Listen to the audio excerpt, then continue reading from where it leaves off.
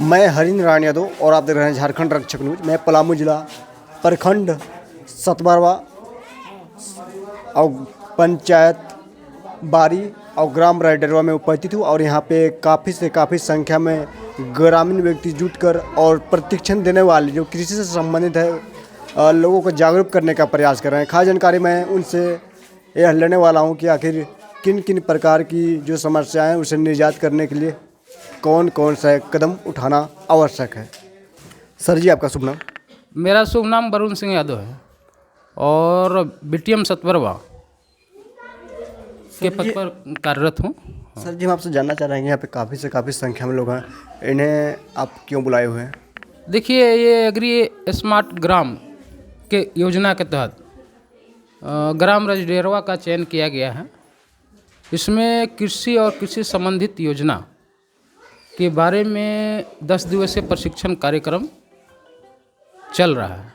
ये आज का 6ठा दिन है प्रशिक्षण कार्यक्रम। ये एग्री स्मार्ट योजना पूरे पलामू जिला में लगभग 7 ग्राम में चल रहा है। हाँ, सर, प्रशिक्षण का मुख्य उद्देश्य क्या है? मुख्य उद्देश्य है किसानों का आय कैसे बढ़े, क्योंकि प्रशिक्षण में किसान को छोटे से छोटे बारीकियों के बारे में बताया जाता है। जैसे में किसान क्या कर रहे हैं कि केमिकल युक्त यूरिया, डीएपी और पोटास का ज़्यादातर प्रयोग कर रहे हैं, जिससे खेत का पोषक तत्व कमी हो रहा है। उसको छोड़कर घर में जो उपलब्ध गोबर है, गौमूत्र है, इसके अलावा गुड़, बेसन से जीवामृत बनाकर उसका प्रयोग कर प्राकृतिक खेती की तरफ लौटे। आपका खेत का जो फसल भी अच्छा होगा और जो केमिकल युक्त जो खाद से जो फसल कर रहे हैं, जो नुकसान हो रहा है उससे बचाव होगा। और ये 10 दिवसीय प्रशिक्षण में सभी विभाग, कृषि संबंधित जितनी भी विभाग हैं, चाहे कृषि विभाग हो, आत्मा हो, उद्यान विभाग हो, पशुपालन विभाग हो और सहकारिता विभाग हो, इसके साथ साथ मनरेगा के तहत जो भी योजना चल रही है, जेएसएलपीएस से जुड़े हुए विभाग हो, इसके अलावा एफपीओ से जुड़े हुए जो सदस्य हैं, उनका इस ग्राम में प्रशिक्षण के तौर पर बुलाकर यह किसानों को बताया जा रहा है कि आप खेती का तरीका को बदलिए। जो परंपरागत खेती है उसको छोड़कर वैज्ञानिक खेती की तरफ बढ़िए, ताकि आपका आमदनी बढ़ेगा। और एग्री स्मार्ट विलेज रजडेरवा है, इसको स्मार्ट बनाना है। स्मार्ट बनाने के लिए हमको क्या करना है कि हमको जब तक खेती पत्ती नहीं बदलेंगे, खेत का फसल का पत्ती नहीं बदलेंगे, तब तक हम स्मार्ट नहीं बन सकते हैं। हम लोग अभी देखने में मिल रहा है कि किसान भाई क्या करते हैं कि जो फसल समय पर फसल लगा रहे हैं, एक फसल कंटिन्यू यहाँ लगा रहे हैं। अगर गोभी लगा रहे हैं तो गोभी सब किसान एक साथ लगा रहे हैं। और अभी के दौर में देखेंगे गोभी 10 रुपये 5 रुपये किलो बिक रहा है। उसको क्या करना है, हम किसान भाई को बोल रहे हैं कि गोभी लगाइए तो उसको पैच में मान लीजिए 1 एकड़ में लगा रहे हैं तो उसको 10 डिसमिल में अभी लगाइए, 10 डिसमिल में थोड़ा ब्रेक दीजिए, 15 दिन के बाद लगाइए, ताकि आपको एक जो पीरियड होता है फसल का, ऐसा सीजन मुख्य सीजन में जो फसल निकलता है उसका दाम बहुत कम मिलता है, लेकिन थोड़ा सा सीजन ऑफ होने पर अगर वो फसल मार्केट में आएगा तो उसका दाम अच्छा निकलेगा। तो ये सब पत्ती, इसके साथ साथ ड्रैगन फ्रूट का खेती अगर किसान करेंगे तो उससे लाभ होगा। अभी मक्का जो किसान हमारे रजडेरवा में लगाते हैं, मक्का की जगह स्ट्रॉबेरी का खेती करें। स्ट्रॉबेरी आपका 3 से 4 महीना का फसल है, अगर उसका रनर लगा दिए और उसको बढ़िया से उसको देखभाल किए तो जो मक्का की फसल से अच्छा आमदनी देगा। तो कहने का अर्थ है कि फसल पत्ती के साथ साथ नए फसल का चयन कर हम लोग अच्छा लाभ ले सकते हैं। और इस रजडेरवा ग्राम में सभी किसान परिवार को, जो हमारे इस गांव के सभी किसान परिवार का हम लोग एक सर्वे भी किए हैं कि उनका क्या आमदनी है, गैप एनालिसिस हम लोग बोलते हैं। वो रिपोर्ट हम लोग सरकार को भी भेजे हैं, वहाँ से भी हम लोग कार्य योजना बनी है।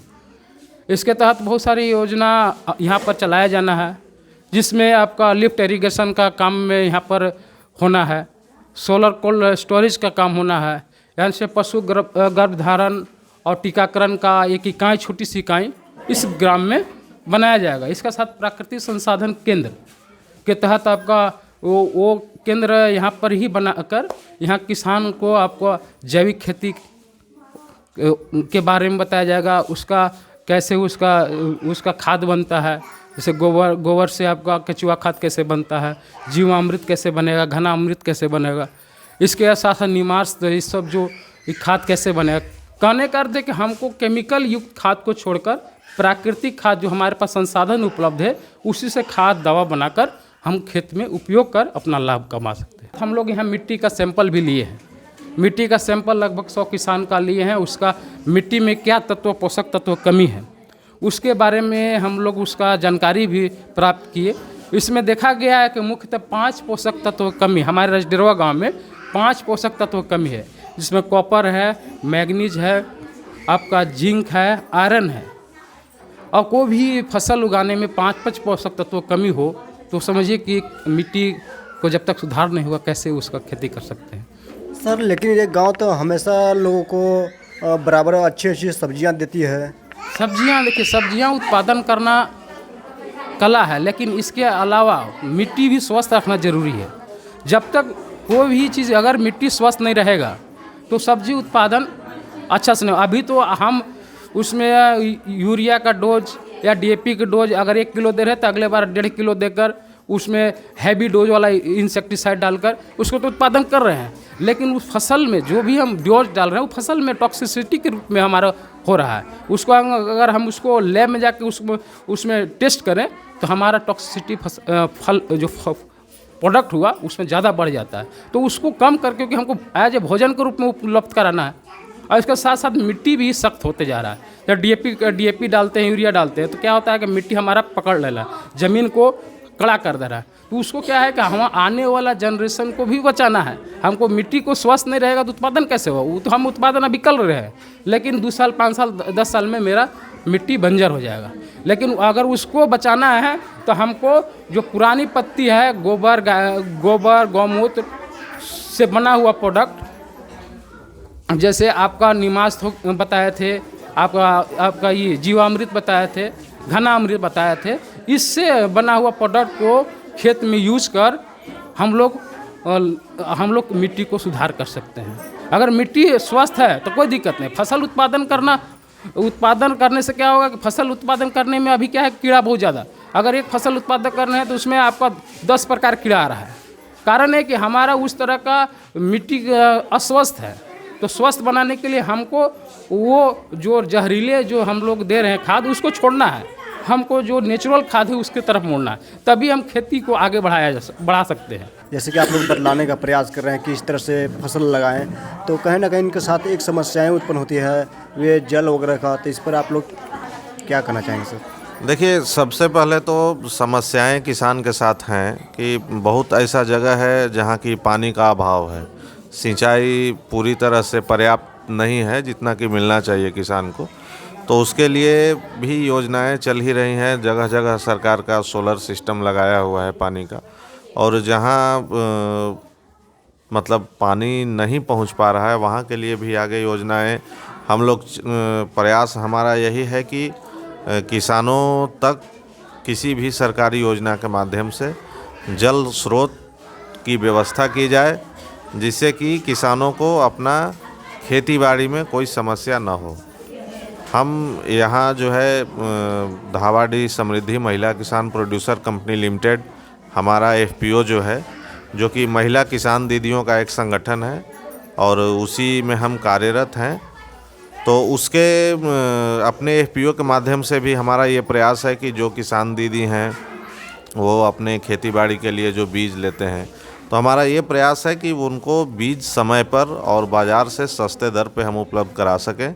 उसके अलावा जो है हम अपने एफपीओ के माध्यम से जिला कृषि कार्यालय हो गया या फिर कृषि विज्ञान केंद्र है और जिला उद्यान कार्यालय है, तो यहाँ से संपर्क करके अपने किसानों के लिए समय समय पर सरकारी योजनाओं का लाभ अपने एफपीओ के माध्यम से दे रहे हैं। और हमारा ये प्रयास है आगे भी कि जो भी सरकारी योजनाएं हैं, जो जिला कृषि कार्यालय, जिला उद्यान कार्यालय या कृषि विज्ञान केंद्र के तरफ से जो भी सरकारी योजनाएं हैं, उनको हम अपने FPO के माध्यम से ला के अपने किसानों तक पहुंचा सकें।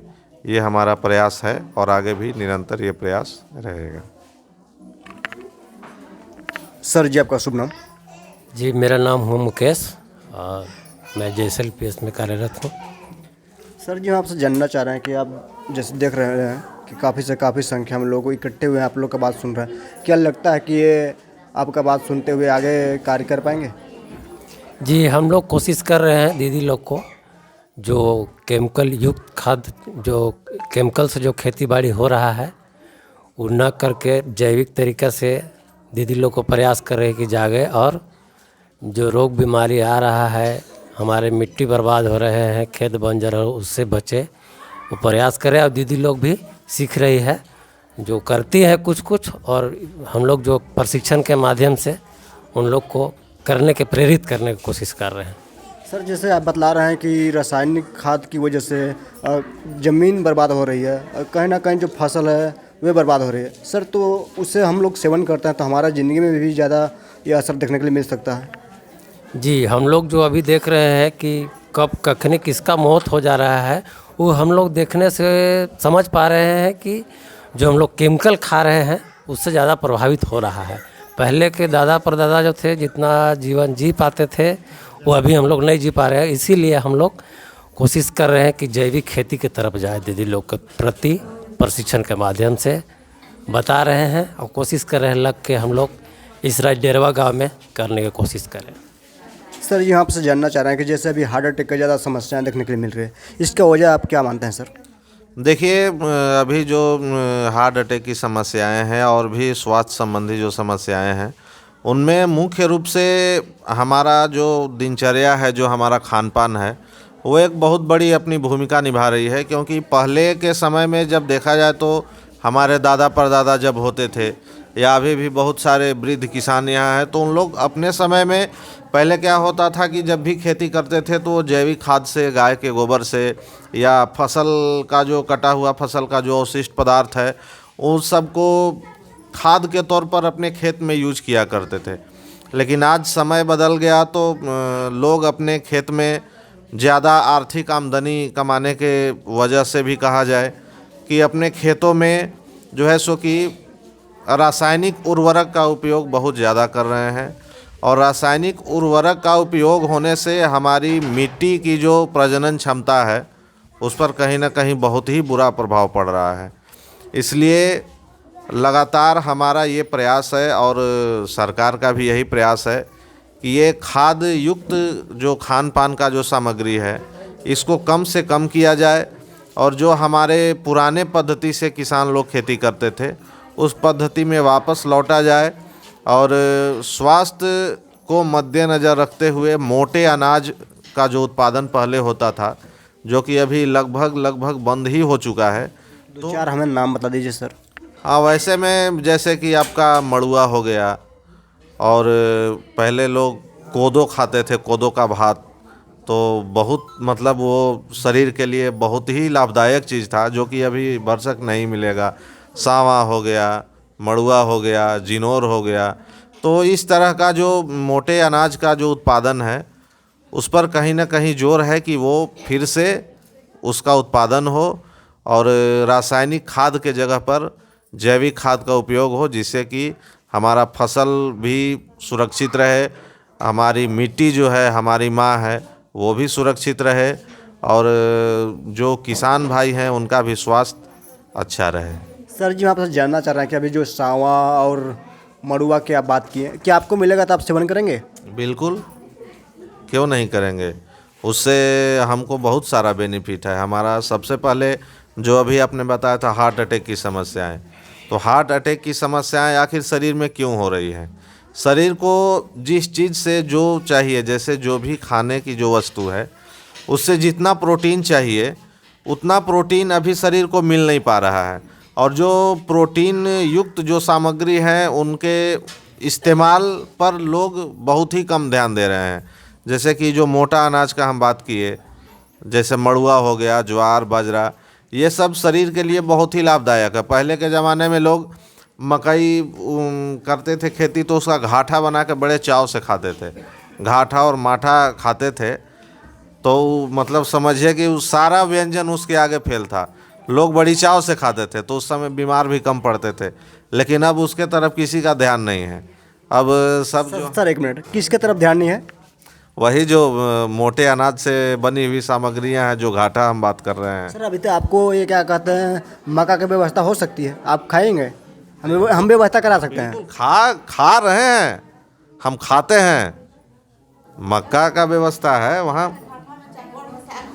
हाँ, वो अभी हम लोग खा रहे हैं। लेकिन हम लोग ये चाहते हैं कि अभी भी लोग जो उसको खा रहे हैं, तो उसका जो यूज है वो व्यापक स्तर पर हो, सभी किसान उसको करें, तो निश्चित ही बीमारी से दूर रहेंगे और शरीर जो है वो स्वस्थ रहेगा। मड़ुआ, सांवा, कोदो और ज्वार के लिए हमारे ये झारखंड सरकार एक योजना चलाई है, मिलेट मिशन। अगर जो किसान इसकी खेती करेंगे, प्रति एकड़ 5,000 रुपया प्रोत्साहन राशि है। तो सरकार प्रोत्साहन राशि दे रही है कि आप खेती कीजिए और उसको तरफ मुड़िए। उससे क्या होगा कि अगर आप उसका खेती करेंगे तो उससे आपको लाभ है। कहने का अर्थ है कि हम लोग खाने का जो पत्ती है, चावल और गेहूं का रोटी, उसको छोड़कर हम लोग अगर मोटे अनाज का रोटी खाएं, उससे हमारा शरीर भी स्वस्थ रहेगा और हमको अनेक तरह की बीमारी से दूर रहेंगे।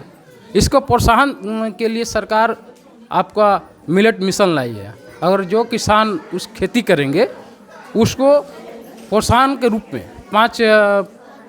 एक एकड़ पर 5,000 रुपया प्रोत्साहन राशि सरकार दे रही है। सर बीज अपना भी लगाएंगे। अगर अपना बीज लगा, उसमें क्या है कि बीज कहीं से भी लेकर लगाए, सरकार दे तो ठीक, नहीं दे तब बीज अपना भी लगाएं तब भी देगी सरकार। प्रोत्साहन राशि है कि वो आप खेती कीजिए, उसको बढ़ावा दीजिए। सर मैं बात कर रहा था जो प्रोत्साहन राशि की बात कर रहे हैं, तो हम चाह रहे हैं कि लोगों को सेवाएं जो मुफ्त होती है, जो बीज है वो मुफ्त में दिया जाए। ना, मुफ्त में बीज उपलब्ध होता है, हम देते हैं, लेकिन क्या है कि उतना यूज़ मात्रा में सब किसान को दे पाना पॉसिबल नहीं है। इसीलिए सरकार चाह रही है कि अगर किसान अपने से भी लगाए हैं, खेती किए हैं उसका, तो उसका एकड़ पर जो बनेगा, उसका प्रोत्साहन राशि उनके डीबीटी के माध्यम से उनके अकाउंट में पैसा ट्रांसफ़र के लिए किया जा रहा है। अब बीज जो उपलब्ध रहता है, जो योजना के अनुसार हमारे पास बीज आता है, तो ऐसे किसान को हम देते हैं। सर मैं आपको बतलाना चाहता हूँ कि किसान के पास अगर बीज रहेगा तो वे लगाने के लिए इच्छुक भी रहेंगे और वे तैयार हमेशा रहेंगे। लेकिन सर अगर बीज निःशुल्क दिया जाए तो किसान बढ़ चढ़कर ये काम करेंगे। नहीं, ठीक है। जैसे हम लोग डेमोन्स्ट्रेशन कराते हैं, क्लस्टर बेस्ड डेमोन्स्ट्रेशन होती है, तो जिस क्लस्टर बेस्ड डेमोन्स्ट्रेशन में कुछ किसान के लिए 10, 12, 15 किसान के लिए निःशुल्क बीज आता है। लेकिन अगर 10 उसमें से तो 10 किसान को लाभ मिल पाएगा।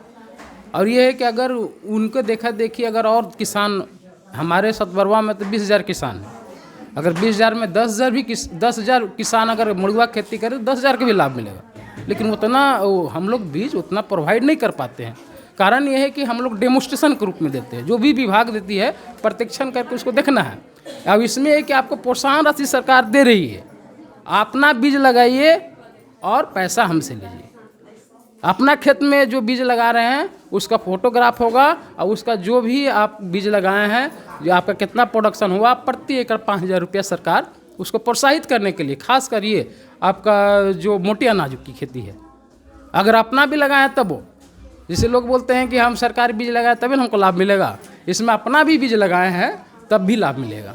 कहने का अर्थ है कि अगर इस तरफ मुड़ जाएंगे हम लोग तो लगभग जो बीमारी आ रही है उससे दूर हो जाए। अगर उत्पादन करेंगे तो कुछ ना कुछ 2%, 4% तो हम उसका खाएंगे ही।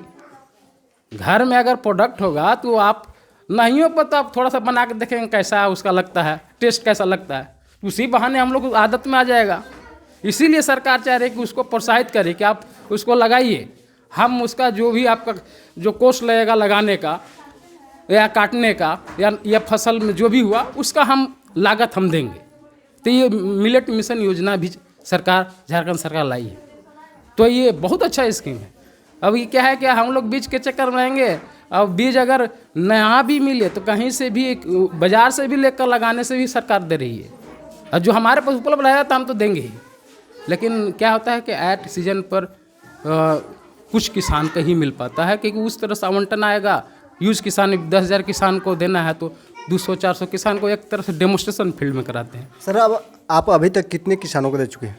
लगभग इस बार हमारे यहाँ आया था मड़ुआ का बीज प्रत्यक्षण के रूप में 4 से 5 किसान का इस बार फ्री ऑफ कॉस्ट था, जो कृषि विभाग देती है फ्री ऑफ कॉस्ट देती है। और ऐसे बीज डेमोस्ट्रेशन के लिए ऐसे बीज तो हम लगभग इस बार रबी सीजन में 675 किसान को फ्री ऑफ कॉस्ट गेहूं का प्रत्यक्षण कराए हैं, मक्का कराए हैं, इसके अलावा मक्का के साथ साथ चना कराए हैं, इसके साथ साथ मक्का गेहूं चना और 2 फसल हैं वो कराएं। इसमें रजडेरवा के भी 2-4-10 किसान को हम प्रत्यक्षण के लिए मक्का का बीज दिए हैं फ्री ऑफ कॉस्ट।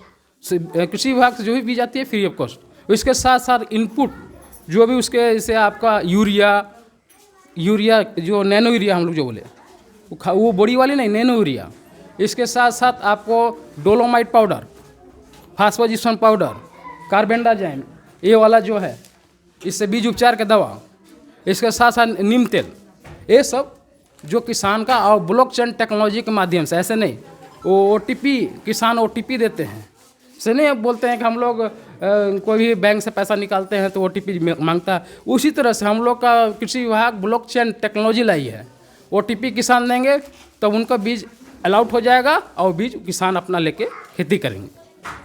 तो बीज सभी किसान जो भी 675 पूरे आपका ये सतवरवा प्रखंड में 675 किसान को इस बार बीज फ्री ऑफ कॉस्ट OTP के माध्यम से दिया गया है। और इसके बाद अगला जो बीज आएगा तो किसान के अलावा जो नेक्स्ट किसान आएंगे तो उसको चयन किया जाता है। चयनित होने के बाद